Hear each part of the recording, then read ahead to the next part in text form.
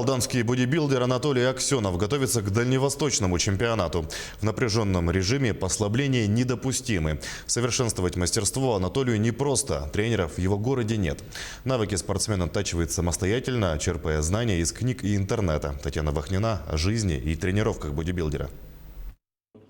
День у Анатолия Аксенова обещает быть напряженным. Утром он сдал суточное дежурство, Анатолий служит в Росгвардии, вечером соревнования по самбо, а сейчас тренировка. Анатолий готовится к дальневосточному турниру по бодибилдингу, который состоится в последних числах марта в городе Якутске. Сейчас готовлюсь, как сложно, потому что я работаю, помимо работы еще бытовой быт дома, семья, дети, частный дом, там снег, поэтому еще у меня по самбо соревнования. После разминки, когда разогрелись все группы мышц, Анатолий делает первый подход – жим штанги лежа. 6 так называемых блинов, по 3 с каждой стороны – это 140 килограммов.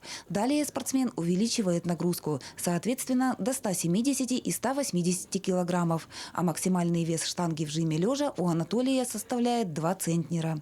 Совершенствоваться в бодибилдинге, признается Анатолий, непросто. Тренеров и секций по данному виду спорта в Алдане нет. Навыки спортсмен оттачивает в прямом смысле дистанционно.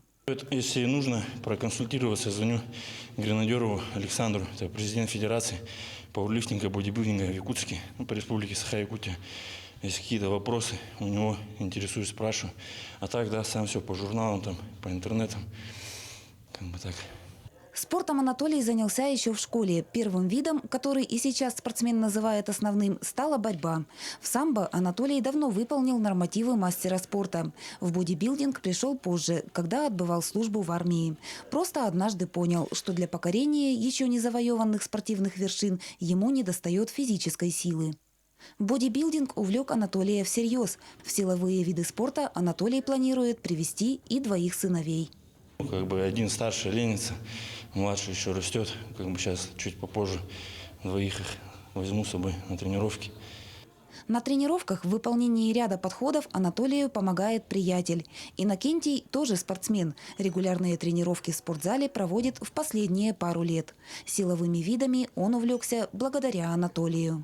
Человек очень хороший, добрый, верный друг, всегда поможет, чем надо. Помимо соблюдения режима и напряженных тренировок, сейчас Анатолий решает еще одну, не менее важную задачу. Он спортсмен-энтузиаст и в оказании финансовой поддержки может рассчитывать только на спонсоров. Татьяна Вахнина, Сергей Шипачев, Александр Лукин, Алдан.